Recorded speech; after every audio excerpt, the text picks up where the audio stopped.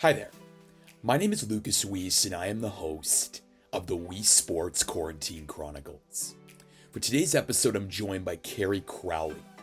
Kerry is one of the youngest beat reporters in Major League Baseball, covering the San Francisco Giants for the Bay Area News Group.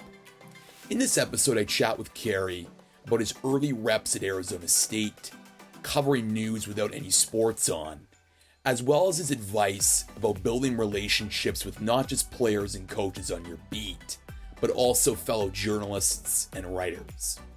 The Weesports Quarantine Chronicles is available on YouTube, Apple Podcasts, and Spotify. So make sure to like, rate, watch, and subscribe to all three of those channels. This is episode 23 of the Weesports Quarantine Chronicles. All right, on today's edition of the Weesports Quarantine Chronicles, I am joined by Kerry Crowley.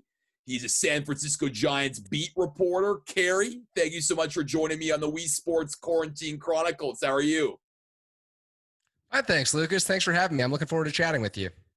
Absolutely, and of course, you know, that background of yours it represents the beautiful Bay Area. Wish I was there, but unfortunately, travel restrictions these days. But Yeah. one of these days, I'll get back to the Bay Area. It's a beautiful place to be. Yeah, and I like to tell people that this is an original photograph that I took, but it's not even close. So, my standard Zoom background. My journalism professor, when we started to use Zoom, first day brought out this background, so I can't be fooled, but good try though, Kerry.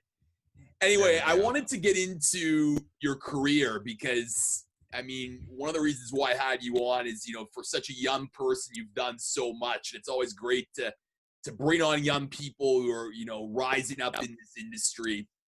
But when you look at your website and your bio, you mention, three sentences, and it's start early, try everything, embrace challenges.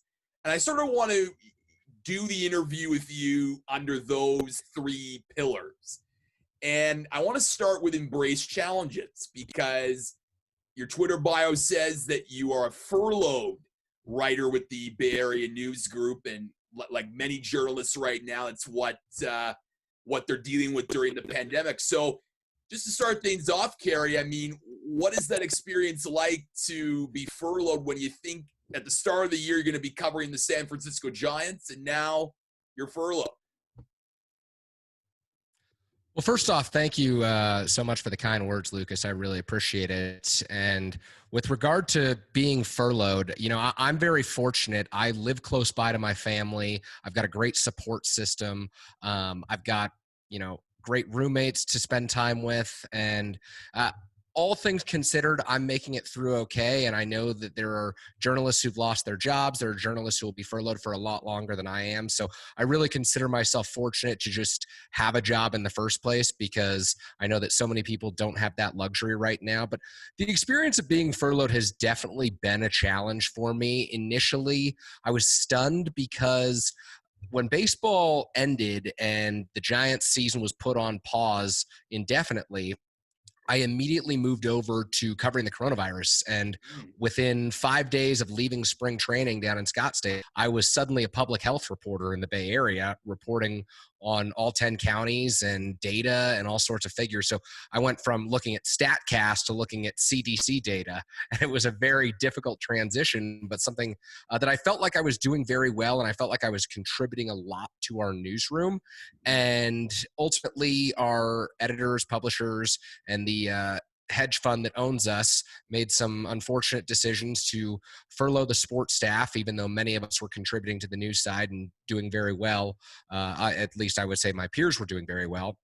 And so just kind of understanding what they told us about the business model and then understanding what we were producing and meeting with regard to their expectations for page views and things like that. There was a disconnect and it didn't sit well with me, but here I am on furlough and I'm looking forward to going back when that time comes. So, Kerry, I want to unpack what you just said because a lot of interesting things there, particularly about covering the coronavirus. But if baseball does return, will you then be back with the Bay Area News Group? That is my hope. That is my goal, and that is my expectation. However, during the furlough period, which is now on its 4th consecutive week, I'm scheduled to come back a week from today. I have not heard from anyone at the newspaper with regard to anything.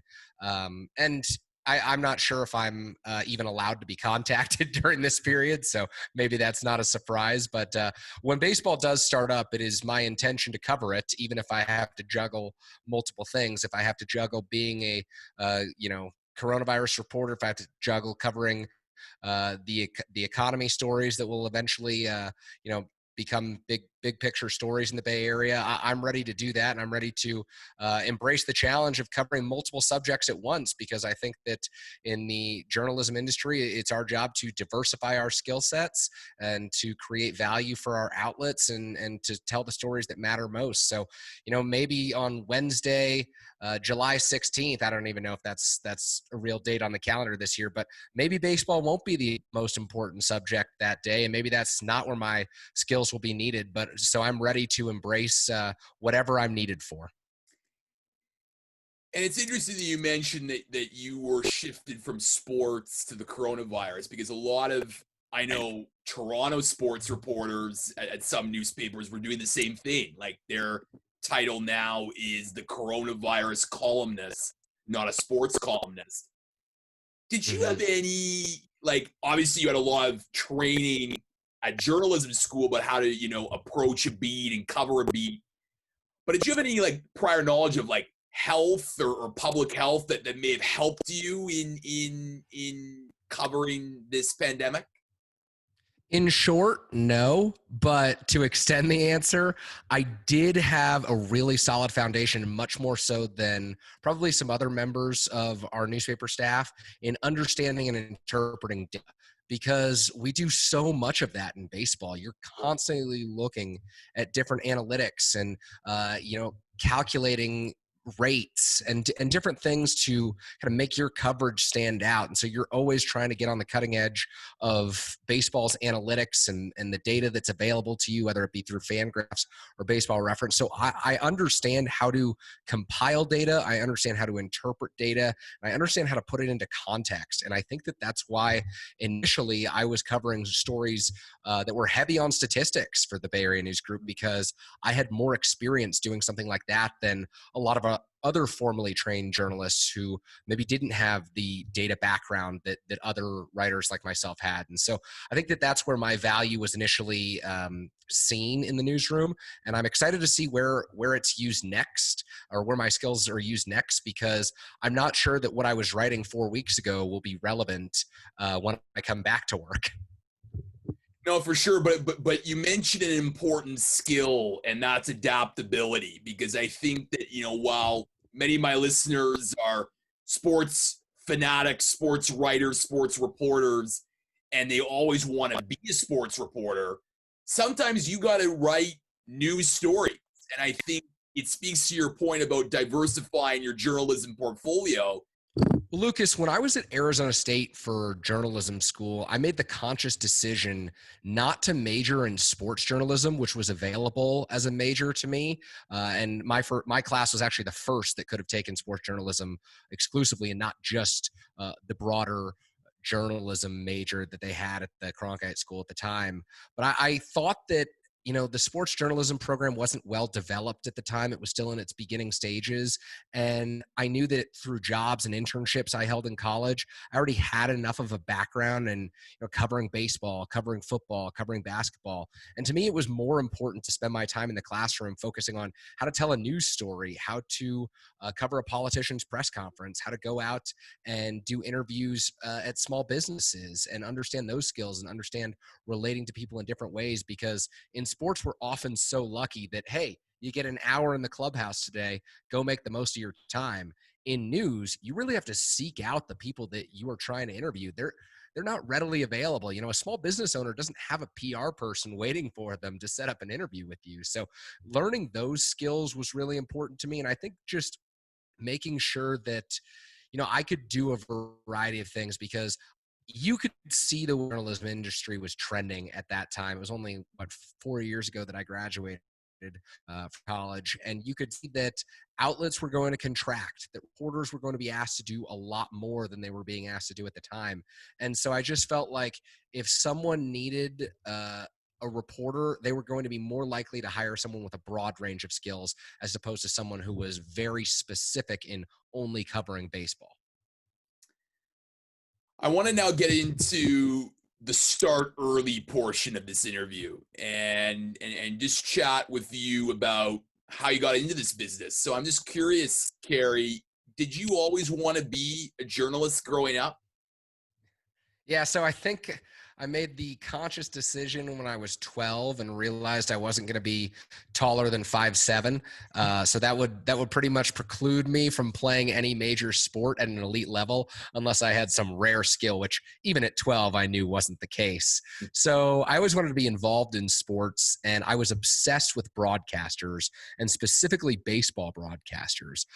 In San Francisco, the team covering the Giants has been there for 20 years, and there's a Ford C. Frick Award winner in John Miller. There's people who will be Ford C. Frick Award winners and go to the Baseball Hall of Fame, and Mike Krukow and Dwayne Kuiper. And then there's Dave Fleming, who does just about everything for ESPN as well as his job with the Giants. And I grew up wanting to be just like them. And so in high school, I actually had the opportunity to broadcast games. And so when I wasn't playing sports, I was out at the fields broadcasting on our student radio network. We had a professional do the games, and I could be the color commentator, or I could keep stats. And so I did that, and that kind of piqued my interest and set things in motion for me to go to Arizona State. And by the time I got to college, I knew that I had to jump in right away as a freshman and just get involved and cover something. And my first experience covering a sport was covering a club hockey team from players who maybe weren't even as good of athletes as I was at the time, believe it or not. But it was a beat. You learned, you got experience, you did interviews. The head coach was willing to talk to you and do press conferences. And so that kind of simulated environment created a background and a foundation of knowledge and put me in position to get some other jobs and internships at a young age, because I had experience that others may not have been fortunate to have at that time. Yes, and we'll get into some of those unique experiences, but I wanted to go back to some of the broadcasters that you looked up to, because what a time to be, in San Francisco and loving the Giants, because the last decade, very kind to the Giants, 3 World Series titles in 5 years. I'm curious, when you were watching those World Series teams, because they were all really unique and fascinating, had a lot of really interesting characters. Did you just feel like, when watching those broadcasts, like, dang, like I want to be at the World Series one day covering, such a big sporting event? Absolutely. The energy, and I don't know if professionalism is the right word, but the attitude and the aura that they had made you feel like not only did you want to be there, but it might even be possible for you to be there, because they come across as so accessible and so kind and so relatable to the fan base. And I felt like as a kid growing up in San Francisco at the time, I wanted to be just like them and have the same relationship with fans that they did. And so obviously that's evolved through the years as I've taken a writing path after college, as opposed to the broadcast path that I was once on in college. But I think that just having that experience and that exposure to how those broadcasters that I looked up to so much handled themselves in big moments gave me the motivation, the inspiration to ultimately want to do the same one day. And you say that you then went, of course, to Arizona State, and I had an Arizona State alum on recently, Bob Nightingale, who's a USA Today baseball who's a USA Today baseball columnist, and it's a school that's produced a lot of really talented journalists. And I'm just curious, you touched on it a bit earlier, because you had the choice to go just do sports journalism by itself, but you decided to do more of the broad stroke journalism program. I'm just curious what it taught you that allowed you to be where you are today as a young reporter. The foundational skills were really important. How to ask questions, how to conduct an interview, how to get a hold of someone when you have no contact info for them, how to structure a story, what quotes could be of value to you, how to write a lead. All of those things are learned in the classroom. And everything else I felt like was learned in the field. You know, you gain your expertise in the field. You gain your authority in the field because you're out there at practice every day, or you're out there watching a game every day in the sport of baseball. And so you have exposure to things that other people don't necessarily have the exposure to. And so it gives you the authority to write, and you use the foundational skills you learn in the classroom, and you balance that with the expertise that you learn in the field. And all of a sudden you're able to produce a product that at least some people have found compelling, because I've been fortunate to have been hired at a few different spots, and editors have liked my work. Although my last editor who hired me said that he didn't actually like anything that I had written previously. He just took a gamble on me because he liked how I interviewed, and I thought that was an interesting one. But it worked out, so I appreciated it. Well, hey, I mean, I know this better than anyone. I mean, if they just like one thing about you, I mean, it could be any, it could be so many different opportunities. So it looks like in your case as well. So that's good news there. But I want to shift to now the try everything portion, because I feel like your time at Arizona State lived by this principle. You mentioned earlier about club hockey, and when you look at your portfolio on your website, like from play-by-play doing Pac-12 sports to doing video reports at some big sporting events in Arizona like the Waste Management Open and the CFP National Championship. Those opportunities at such a young age, get those reps. Did it just feel like at each one you were doing, you were just gaining more confidence at your craft?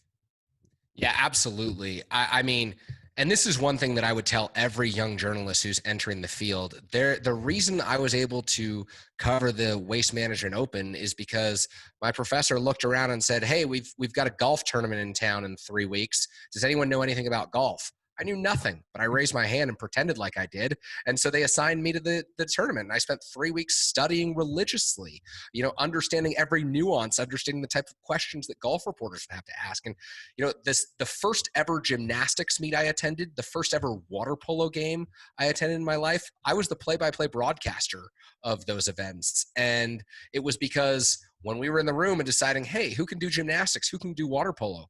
There were 10, 12, 15 other people in the room, and no one knew anything about those sports, but I lied and said I did. And I wouldn't recommend lying, but I would say maybe, I don't know that much, but I can learn. I can absolutely learn. Or I have a friend who plays water polo. I'll ask them. Just say yes. Make yourself versatile, because then you're getting the reps that other people aren't. And if you're trying to stand out and distinguish yourself among a room of 10, 15, sometimes 30 other students, the way to do it is just to agree to the challenge and go figure it out, because there's nothing quite, you can gain all of those foundational skills in the classroom, but if you're not putting it into practice in the field, what good are they? Well, I agree with that 100%. And I look at broadcasters that do Olympic sports. Olympics happen once every 4 years. And sometimes a broadcaster gets assigned to weightlifting or cycling or speed skating or biathlon that, at first glance, it's like, well, I don't know much about that. But some prominent broadcasters get these opportunities. They don't say no, they say yes, like you said, and they do it very well because they just prep. And I think preparation for any young broadcaster and reporter is so critical in shaping your career, because it really separates who you are in this industry, because the best broadcasters are the ones that can prepare before they go on the air. Yeah, absolutely. There's someone I really look up to in the industry, and his name's Ahmed Fareed. He works for NBC Sports. And like you mentioned, Lucas, he's an Olympics broadcaster. And I will tell you that knowing Ahmed, there are sports he said yes to, and there are sports that he's anchored NBC sports coverage with millions of people watching, where it was probably his second or third time at that type of an event. And to me, that is just incredible. It speaks to Ahmed's versatility, but it also speaks to his boss's faith in Ahmed and Ahmed's faith in himself to get the job done. And so to see him covering the Kentucky Derby 2 years ago, or the Preakness on NBC, understanding that this guy probably didn't know a whole lot about sports about horse riding, but he is killing it right now, should give every young journalist the confidence to go out and get outside their comfort zone, say yes, and try everything, because you never know where you're going to pick up valuable skills. And it's interesting for you because, the events that you did, they ranged in scope of, attention. Like, you may cover Pac-12 sports that, while for the school, it's, big and brings people together. But then you're covering the national championship of college football in Glendale. And I'm just curious about that experience because there's so many reporters. It's a huge event, national event that brings a ton of college football reporters together. How were you able to find your voice and do quality work amidst all of these reporters that are trying to do like you, find that story, find that little nugget to really produce the best content? So the advice that I would give someone, and this is what I put into practice back in 2016 for that national championship between Alabama and Clemson, is go where everyone else isn't willing to go. And for me, the national championship that night started at, I think, 5 o'clock in Glendale, Arizona. And I was in the parking lot at 10 a.m. and it was horrible. It was hot.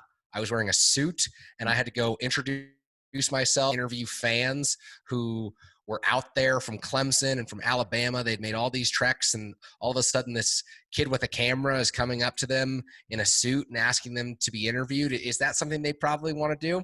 I wasn't sure, but they almost all said yes because they had school pride, and it turned into a story that I was extremely proud of, a tailgating story about people who drove 1,985 miles out to Glendale, Arizona from Clemson, and the last time Clemson had won the national title was the year 1985 or something like that. It was either 83, 85, 87. You get the point, but I was able to put myself where no other reporter was. There were 200 reporters inside the stadium focused on the game, and I knew that as a 21-year-old kid at the time, no one was going to care about what I put out about the game itself. There are fantastic sports writers who've been doing it forever who are going to do much better work than me on the game. So I had to do my work at the tailgate and figure out a story where there seemingly wasn't one, where I was just walking in and hoping to find one, and I got lucky. But it's also because I was able to put myself in that position where I don't think the veteran sports reporters are going to be out there in the parking lot at 10 a.m. No, but I think it really shows your dedication to your craft, and it speaks to your advice about willing to find the story that not many people are going to find. And look, I mean, you may be one day, in a team of reporters, and your assigning editor says, hey, you're doing the tailgate. And while you would have liked to have been out, or inside the stadium watching a classic college football game, at the end of the day, it's just testing your ability to be creative on the spot and find a unique, creative way to tell an exciting story. And, from watching it, it definitely was. So it's a very good job in that front. But Thank you. Kerry, I want to then, ask the question that many my listeners who are still listening to this, would want to know is, how does a 24-year-old get a beat reporter job Major League Baseball team in not just any market, the Bay Area, one of the top 4 markets in the U.S. for sports?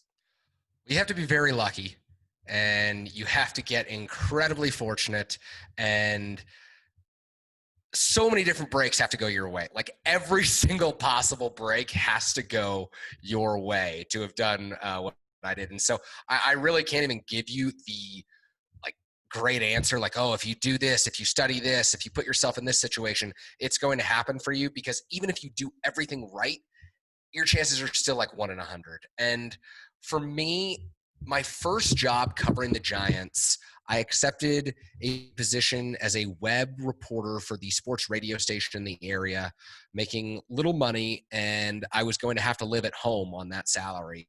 And so I did live at home. I lived in the upstairs room that I grew up in with my parents and my sister who hadn't even gone to college yet. And that is not the glorious lifestyle that any sports reporter wants to be living. But it did give me a press credential. It did give me a living wage to go down and to cover Giants games. And so I did that for half of a season. And I made a point every day to, talk to the other beat writers about how they were reporting stories and figuring out what they did well and asking them for their advice on bigger pieces that I wrote. What could I have done differently? What could I have tweaked it? And it's amazing. Even if you're not in the press box, if you just reach out to a reporter and tell them that you admire their work and you'd like them to take a look at something, they pretty much always will. And so because I was around these great reporters, they were taking a look at my work and they could tell that I was trying hard. Maybe I wasn't good yet, but at least I kind of knew what questions to ask and had a decent idea of how to structure a story. So eventually the Athletic Bay Area launches, and love the Athletic, not just for the content, but for how it has provided so many sports journalists with jobs. And one of the Giants beat writers left the local paper, the Bay Area News Group, to go take a job at the Athletic. And I was close with him, and he had seen that I was on the beat, and he recommended me to his former boss. And I was able to have 2 other writers at competing outlets recommend me to that particular boss. And though he didn't know me at the time, those recommendations held a lot of weight. So I surrounded myself with the right people. And when the time came, I asked the right people for favors. And I'm not ashamed to ask for a favor. And I think that has gone a long way. I hope I can repay people at some point. And I really, really do mean this. If there's any student journalists out there listening to this, Lucas, have them contact me. Give them my email, give them my phone number, because I will help. I will do whatever I can to look over your work, because sure, maybe one day you're taking my job, but I hope that there's space in this industry for us to grow, for us to figure out the business model, and for us all to have success, because there are so many talented reporters out there, so many talented young reporters out there, and they're just waiting for the shot like the one that I got. And any chance I can get to try and help those people, I want to take it, because the people who helped me allowed me to land my dream job at 23. And it was not on the quality of my writing. It was because I was in the right place at the right time. No, it's very true. And it's very noble of you to say. And, because I think we all want to be in this industry, together and grow, like you said, but also, have a long career, because you can have a long career. Like, there's so many writers and broadcasters that have been doing this for X amount of years. And this is just the beginning years, where you get to grow and mature your craft. But you talked about 2 important things in your last answer. And one, of course, was building relationships. And that is so critical in sports media as a journalist, because not only are you, as a beat reporter, building relationships with players, personnel, but you were someone at an early age to say, you know what, I'm willing to go, I'm willing to reach out to Bay Area reporters to get them to look at my work. You answered it, but can you just elaborate on just the importance of, willing to make that first step in contacting those reporters so that they can at least, build a relationship, but also serve as a mentor? Yeah. So in high school and in college, I remember sitting in classrooms and guest speakers would come in and they would say, the most important thing you can do is network. And I would roll my eyes. I'd be pissed off about it. I'd be like, come on. You have to do things on merit in this world. Like, you have to be good enough and you have to write. But what I've figured out after doing this for 3 years out of college, 4 years out of college now, is that your resume matters. It absolutely does. Your cover letter matters. It's important. You can't get a job without writing a cover letter. Can't get a job without submitting your resume. Your clips are probably a little bit more important. The writing samples that you have showcase the actual type of writer that you are. So maybe you can write a good resume, but you can't write a good feature story. You're going to hit a bump along the road. But none of those things come close to mattering as much as your relationships with other people. I just can't even stress it enough.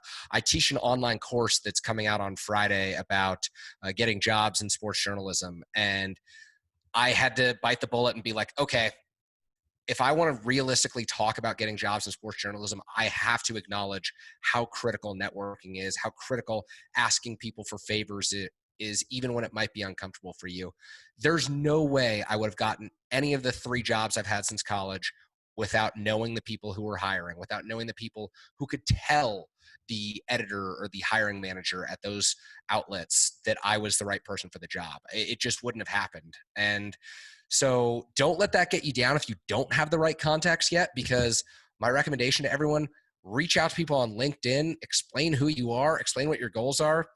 If you do that, people are going to accept you, and then you can start contacting them, say, hey, do you want to take a look at this piece? Or, hey, we have similar goals. Or, you were the student, newspaper writer at this college covering basketball. I was the student newspaper writer at this college covering basketball. I think it'd be really fun to be, network together on LinkedIn and share that experience and watch each other's careers evolve, because down the line, you'll end up in the same press box, or down the line, you'll know a person who's at a certain outlet and you can say, oh, I really would like to apply there, but I'm not sure if I'm qualified. That person might be able to help. And so when you're going through the job process, reach out to people on LinkedIn, cold call people, email them. It's just as important as the physical stories you're writing, as much as I hate to say it, because it shouldn't be. I mean, we should all be judged based on merit, but that's just not the reality of the situation.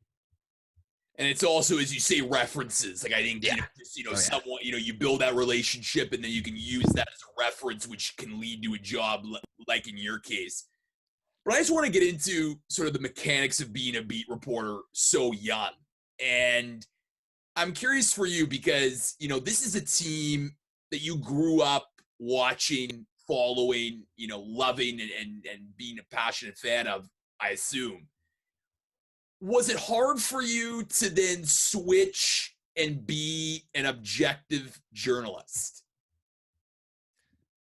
I get asked that question a lot, including by close friends of mine who are still surprised by my answer. And the answer is no, as hard as that is for some people to believe. Because when you go through journalism school, I had the opportunity to write about Arizona State football, and I was on that beat as kind of a sophomore and junior. It's like the analogy, once you see how the sausage is made, you're never going to eat a sausage again. Once you see how the team you covered kind of operates, you're not going to be a fan of them. It's just like not possible. I know people find that hard to believe. Like, I really love baseball. There are some nights where, it'll be the 9th inning, and I'm not going to lie, I think it would be a really good story if a certain player hit a walk-off. But does it bother me if the game goes to 10 innings? No. I just root for something incredible to happen at that point. I want history to happen. I would rather the team that I cover go 0-162 instead of 81-81, because if they're going to be mediocre or bad, be historically bad, be really interesting to write about. So would it be different if the Giants were really good and in the World Series? Would I like to see them win? At the same, it's just like, I want to see history. So if their win involves something incredible, something out of the ordinary, something that allows you to document a moment that no one else has had the privilege or the luxury of documenting throughout their journalism careers, that's what it's all about to me. You want to evoke feeling with your writing or with your coverage. And so is it better when the team wins? Admittedly, sometimes, but there are also some really compelling stories that come out of losing. And you get to see the human side of people a little bit more. And so that's been fun to cover as well, just as fun in some cases. Yeah, I mean, I think it's always interesting, and I think any reporter dreams of covering a team that, has a long playoff run, gets to a World Series, wins a championship. But I think you also want that variety. And I think the variety as a reporter to get to cover a team that's mediocre, or as you say, historically bad, gives an opportunity to test those journalistic skills and that ability to be creative in those circumstances. But Kerry, when you first, were reporting live from Oracle Park and covering the Giants, Was there an intimidation factor for you, because you're someone, of course, that, that's very good with people, building relationships, but it's very challenging at first to be able to build relationships with these players who, may have already pre-established relationships with other beat writers covering the team. So I'm just curious about how you're able to navigate building sources and relationships with players on the team. Yeah, that was incredibly intimidating. In part because my first 2.5 seasons on the job, I never covered a player that was younger than me. So it was really, really hard to go through the season and be like, oh, this 24-year-old's getting called up. He's going to be the youngest player on the Giants. And I'm still 3 days younger than him. Huh. The veterans who've been there for 10 years, every reporter on the beat's been there at least 8 years other than me. I mean, these guys, when they were drafted, they did their initial press conference interviews with the journalists who still cover the team. So, of course, they were going to have better relationships with them. And I remember one time specifically, I went up to a player's locker when another reporter was there, and they had a long-standing relationship. That player had been on the team for 12 seasons at the time. And he looked at me, this is post-game after a loss, and he said, "Do you even know why you're interviewing me?" And I was like, well, yes, because you're the longest tenured player. The sellout streak just ended, and it would really be nice to hear your perspective on what it's been like to play for these fans for the past 10 years. And so that gained me some credibility with him, because he thought that I was just coming over to mooch off of the interview and take a few sound bites. But I think you have to have that moment with everyone you cover who's been there for a long time. And at this point, there are now only 5 or 6 players who've been there longer than I have. And I've built relationships with them. And I particularly like when the prospects who I've chronicled as they've come up through the farm system make it to the major leagues, because they know me better than some of the older reporters who've been around, just because I'm now their age and we can relate. We have shared experiences. I say, you went to this college. Do you know this guy? I know him. And so you kind of, again, build relationships with those people, just like you do the people in your industry and the people that, you share job titles with. And so there definitely was that factor of, these guys might not ever talk to me. They might not ever help me out, but I'm going to be here as long as I possibly can. So I just have to deal with it. And eventually they got over it. I got over it, and it was okay. You wrote a really great piece about Bruce Bochy, you in Fenway Park. And I'm just curious for you as, someone, so young, getting the opportunity to report on someone like Bruce, who is so loved and adored in San Francisco, and rightfully so. 3 World Series in 5 years, one of the most successful managers in modern baseball. Yeah. So I don't even know if I should admit this, but that is the only newspaper article that I've written that I have framed, and it hangs in my room, and it's Bochy and myself inside the Green Monster at Fenway Park. And now that he's retired, I think it's okay for me to let the journalism ethics fly out the window again and just say, what an incredible human being that man is, and how kind and how patient he was with not just me, who was 23 when I first started and, lacking the 35, 40 years of baseball experience that he had, but every single person who shows up to ask him a question, he treats like they've been there forever. He treats them like they're a member of his family, and he will get upset when you ask a tough question. I mean, it's the nature of the job. It's the nature of dealing with the critiques and the criticism that come with it. But he has a short memory. We have short memories as reporters. And I just can't say enough about how well he treats the people that are around him, because so many managers kind of blow off their obligations with the media. So many players don't see the value in, the spending 10 minutes talking about things that aren't related to baseball, just to get to know people better as human beings. And the one thing that piece did, Lucas, that I think was really, really valuable for my career is the next manager who was hired. Gabe Kapler in San Francisco. He said to me on the first day, he goes, "Hey, I really appreciated the piece that you wrote about Bruce Bochy and you in Fenway Park. I just thought that was incredible." And I thought, wow, okay, so this clearly made an impression, not just on Bruce, but on other managers who were involved in the sport. And so it got our relationship on the right foot. And that wouldn't have been possible if Bruce didn't take me back to the Green Monster and can give me a story, essentially. No, that's great, and you know, it just speaks to the importance of always writing pieces, you know, and never taking a piece off because you don't know who's going to read it, and that's a perfect example there with Gabe Kapler seeing that piece, and for you just reinforcing that notion that, you know, whatever piece I write, especially in a market like the Bay Area, people are going to read it. So that means I need to really ensure that it's my best quality work. Yeah, there's no hiding. And it's unfortunate sometimes because, you know, I like to joke with people who say that, you know, I didn't turn in a good story today. Most of the time, those people are lying and they turned in a really good story. But I like to say, oh, sponsored by the Postal Service today, as in, you know, you mailed it in.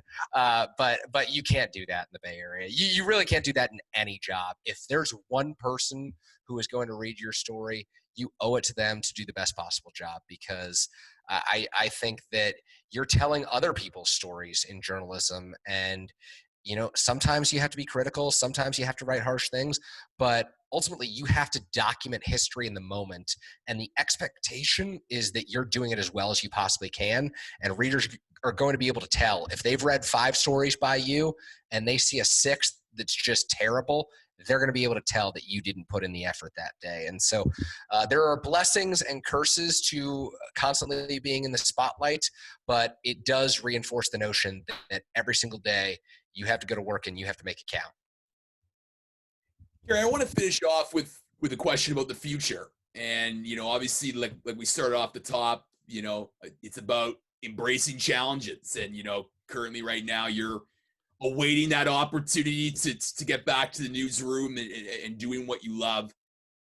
What are you most looking forward to about the season, covering the Giants, or any assignment that you get, especially as society begins to embrace this new normal? I think the healing process, whether it be through baseball or through, you know, the greater community of the Bay Area. I think that there's going to be so much healing and so much good that eventually takes place. And sure, maybe we as a society haven't hit the bottom yet. Maybe more people, including myself, will lose their jobs. Certainly more people will lose their lives, and that's extremely unfortunate. But out of darkness comes light, and I'm really excited to see the healing process and to see, hopefully, the way that baseball plays a role in that, but the way that, you know, your local restaurant plays a role in that, your local small business plays a role in that. You know, maybe local politicians will do good things for the community and change their tune a little bit. And I just think that, you know, we have so much further to go in the United States with treating each other better and caring about the person next to us, even if we don't know them. And my hope is that through all of the pain that's going on in the world, there will be moments of light. There will be moments where we really cherish and value our human interaction, and that we ultimately treat and value one another better through the end of this. So telling those types of stories is kind of inspiring, and it's kind of what's keeping me going through this, because, you know, it's really hard right now in journalism and in life. It's not exclusive to journalism, but I think that just focusing on that light at the end of the tunnel is a way to look at this situation. Kerry Crowley, he is a beat reporter for the San Francisco Giants. Kerry, a great conversation. Thank you so much for coming on today on the Weesesports Quarantine Chronicles. Thank you so much for having me, Lucas. I really appreciate it.